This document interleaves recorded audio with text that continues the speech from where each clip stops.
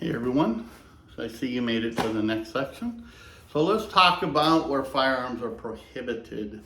This is just a small list. It could grow and it could go down depending on when you're watching this because things change, laws evolve. So here we go. Polling places on election days, that's an interesting one for coming up. Leave them in your car, go do your voting, whatever the case may be. Can't take them inside, can't sling it, can't have it open. That's just the way it is. That's the way it's been since I've been teaching these for 21 years. So it's pretty simple. Don't take them to your polling place. It's called intimidation, I guess. But we saw what happened over the past 4 years. But school grounds, that's a very popular one right there. Do not take your guns to a school. There are provisions, and if you go look it up under Arizona law now at 3102, I have notes here because I can't remember all this stuff per se.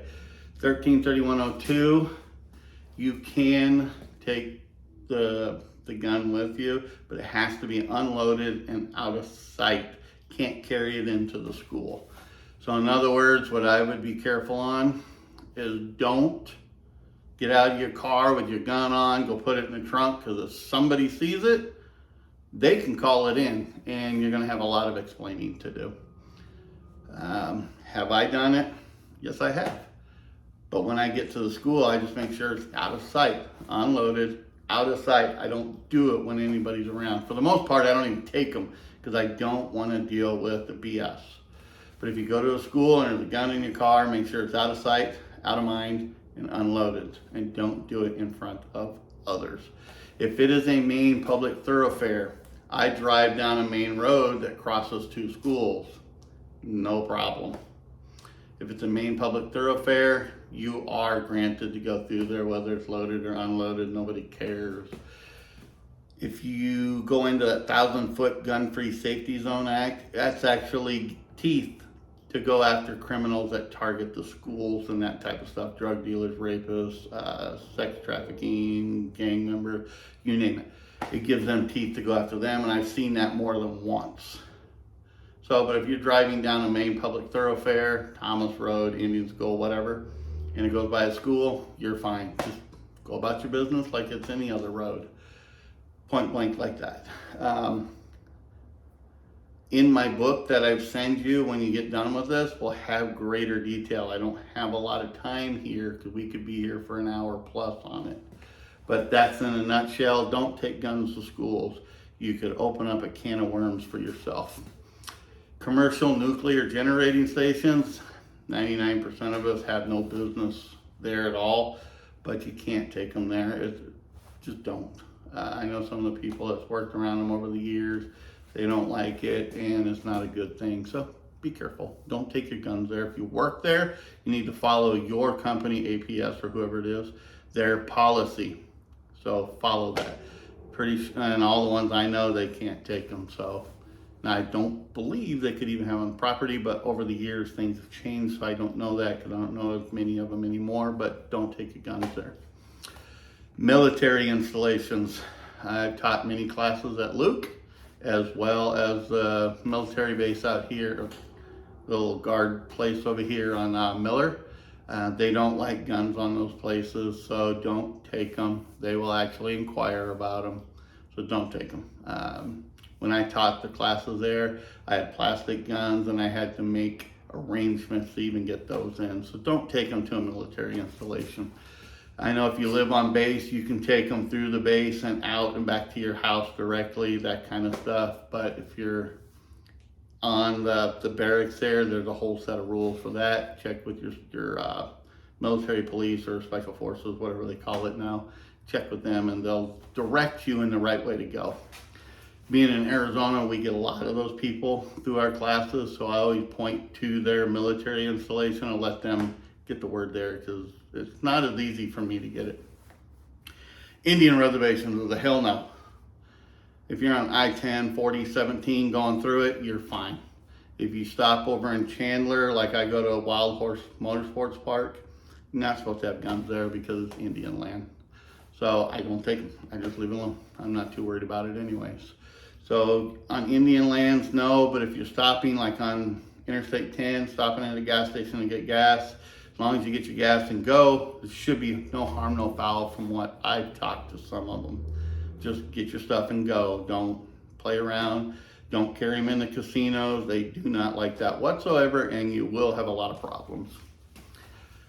Correctional facilities, I'll speak on that one. Don't bring it. Because if you do, you're probably going to, especially in Maricopa County here, you're going to have a deputy there. But if they have a ARS 31-129, we follow that one. Do not bring them there. They don't even secure them for you because of that special law. They don't have to. So please don't bring your guns to a jail if you're visiting somebody or picking something up. Leave it in your car outside, or best off, leave it at home. Point blank and simple, same thing with the state. Once you pull on state grounds, from what I'm being told, is they have the right to search your vehicle the minute you pull on their property, and if they find it, could have some problems. So do not take it if you're going to the state prisons. So be extremely careful. County's a little bit different than that. If you leave it in the parking lot, they seem to not care. State is a little bit different. Federal buildings, no, don't take them. Airports, you can carry them around the ticketing and all that, but once you get to those security checkpoints to the gates, can't have them. You need to check them in with the airlines and let them deal with it their way, which will go into those little conveyors to the belly of the plane. Can't carry them on person. If you do, you're probably going to miss your flight, probably going to get banned from that airline, and you're going to have a lot of problems. Probably pay a lot of money in fines. So don't go past the security checkpoints at the airport. Please do not do that. State and local government establishments or events. Fabulous, Phoenix Forest, you name it. Whatever is out there state or government related, it's usually a no. But if it's a government building, in regards to like courts, if you let them know that you are carrying, they will secure the gun for you. They have to under, I forgot what law it is, but they do have to secure them for you.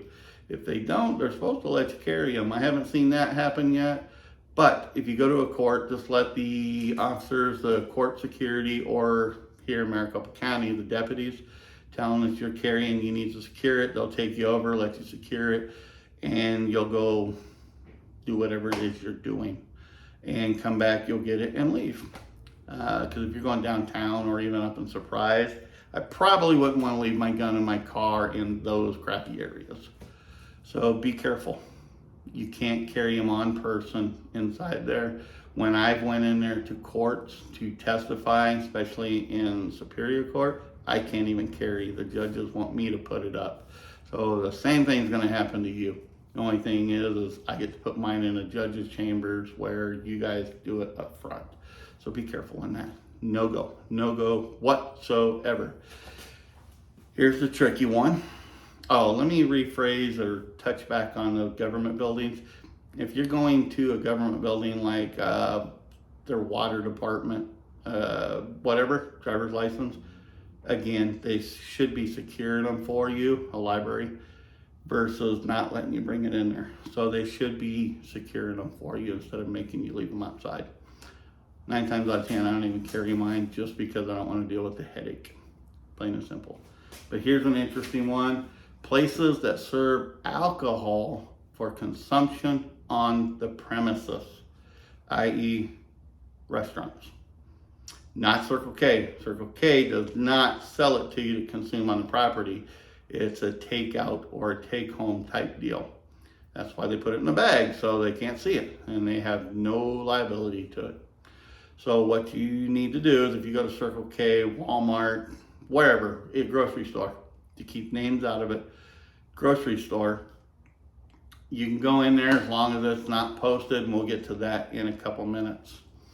But if you go to those places that sell alcohol, it's packaged to take home. So yes, you can carry. If you go to a restaurant that serves alcohol for consumption on the property, you cannot carry a gun.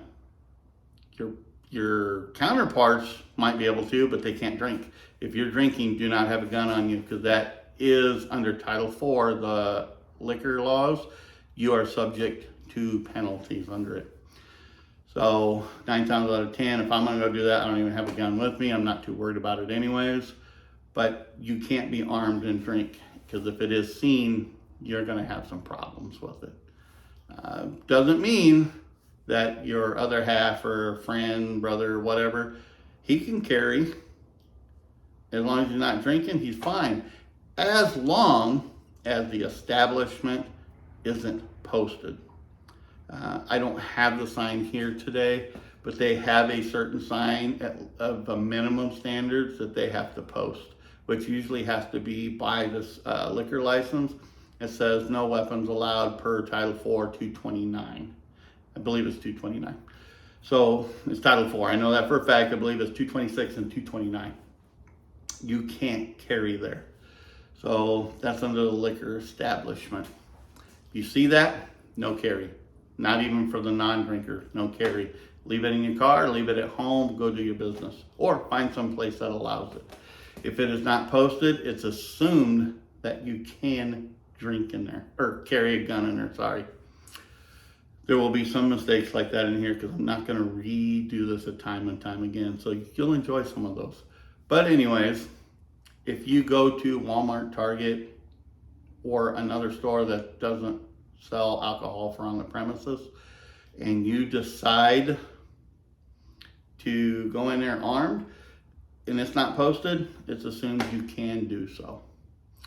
But there's a big old but there. If a member of the place, an employee, comes up to you and says, we don't want that gun in here, can you take it outside, store it in your car? End of story. It's over.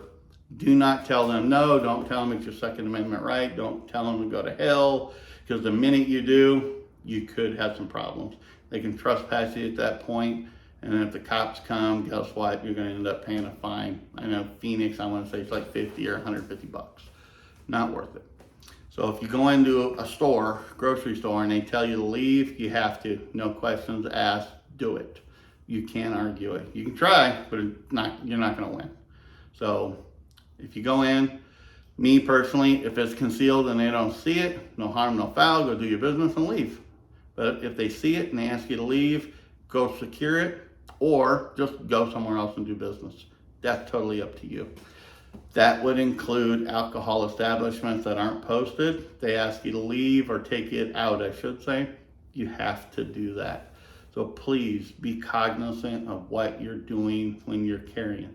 Those are just some small points to where it can and can't carry. Again, these can change, and I don't have a lot of time to go through these. Normally, that's about an hour's worth of stuff here, so we got to keep moving. But in the book I send you, once you decide to do this, we'll have greater detail on it for you to keep as a written record. So let's move on to contact with law enforcement. You get pulled over. By law in Arizona, if you get pulled over or have any contact with law enforcement and they do not ask you about a gun, you are under no obligation of the law to tell them you have one. If you want to tell them, that's on you. You can do that. I personally have done that, and I'll tell you why. But if they don't ask you, you have no duty to tell them. If the officer asks you if there's guns or weapons on you or in the vehicle or around you, whatever, however they may phrase it, I've heard it different ways. You are legally obligated to tell them the correct answer, the truth. Hard for some people, but you have to tell them the truth. If it is on you or in your car, abide by their direction. No ifs, ands, or buts. If it's on person, they may tell you to keep your hands where they can see them, up on the steering wheel, or not in your pockets if it's a personal engagement. So please follow their direction 100%. They are in control of it, you are not. If they do decide to remove the weapon from around you or from you, they can do that. They can tear it apart. I've seen them take the slides off, take the ammunition out, take the ammo out of the magazines. Depends on the officer and what he wants to do. Some of them will put it in a plastic bag, and when they're done with their contact, they'll give it back to you and say, don't do anything with this till I'm gone. End of story. That's how it goes. Now, any questions on that one? Just in a nutshell, if the officer asks you, you are obligated to tell the truth. If he does not or she does not ask you about weapons in the car, you're not obligated to say anything. Me personally, I've always told them, hey, there is a gun in my car. Just want to let you know about it so there's no surprises. 9 times out of 10, they're appreciative of it, and that ticket you should have got may go to a warning or just not anything at all. I've had it go both ways. So be careful with it. Now, if you are involved in an incident, follow the police commands 100%. If you decide to get involved in somebody else's incident, that's on you. You need to do that your way and figure out what you're going to do. And when the police get there and you got a gun in your hand, I wouldn't turn to look at them, because the minute, let me find mine, the minute I have bad guy under and the cops come over to my right and I turn to see, because that's a natural reaction, when they get talked to, they turn, where's this gun going? Right in their direction. Remember, these officers don't know shit from Shinola on this incident. They just know there's a shooting or whatever the case may be, guy with a gun, you, if you decided to get involved. They see that and you're turning to them, you can have some problem. You're gonna get some weight loss surgery real quick. So be careful on that one. When it comes to other people's incidents, be a good witness and just sit back, be a good witness, let the cops do their job. They're much better able to handle it. Plus, if that goes south, you can get yourself in a lot of trouble. Give you an example. You go into the store and it's being armed robbed, and you pull your gun and you shoot and you miss, hit somebody in the back of the store, you're liable for it. You're going to eat that. And that store is probably, I'm willing to bet, because I've seen a couple of older incidents where they ain't gonna help. You're on your own. This gun that I buy is for me and my family, not others. Point blank, I did not buy that gun to protect other people. Bought that for me, bought that for my family. Everybody else is second. If I'm in a store and there's a shooting going on, I'm gonna get my people or my ass out of there. I'm gonna be a good witness, let the cops do their job. I'm not interested in playing hero. And under those circumstances, if I miss and I hit somebody else, I'm liable for it. And I'll be honest with you, if I'm in that store and I get hit, my daughter gets hit, my wife gets hit, I'm going after you. I will press the charges and I will go after you criminally and civilly, no questions asked. Because if you're going to get involved, you need to make sure everything is 100% perfect on your part. And under those circumstances, it's easy to screw up. So please, if you're going to get involved in other incidents, start thinking about the money. You get involved, that gun is gone, it is evidence, and it could be 2 months, it could be 6 years down the road. So how much money are you willing to put on others? Me, none. That is for me. Everybody else is second. If I can't save myself or my family, I'm not worried about anybody else. I'm worried about them. Everybody else, like I said, is secondary. And that's the way it should be thought of. And I don't want to go over here and get involved in a shooting where I have to get lawyers and stuff for something that wasn't even mine. A lot of people ain't gonna like the way I say it, but that's how I do it, and that's kept me going this far. I've had no issues so far. At 55 years old, I've been carrying guns since 18. So think about that. Think about yourself too. You're gonna lose your job over it if you get arrested. You're gonna lose your family over it. You're gonna lose your life over it. Think about everything before you get involved. So contacting law enforcement is pretty simple. Follow their commands perfectly. Comply. I'm not talking about stupid stuff, but I'm talking, if they're talking to you, I wouldn't turn. If they tell you to put the gun down, put it down. Don't even look at them. Put it down, follow their commands to a T, and you'll have no problems. I can tell you that without a doubt. So let's conclude this section right here, and we'll see you in the next one. Bye.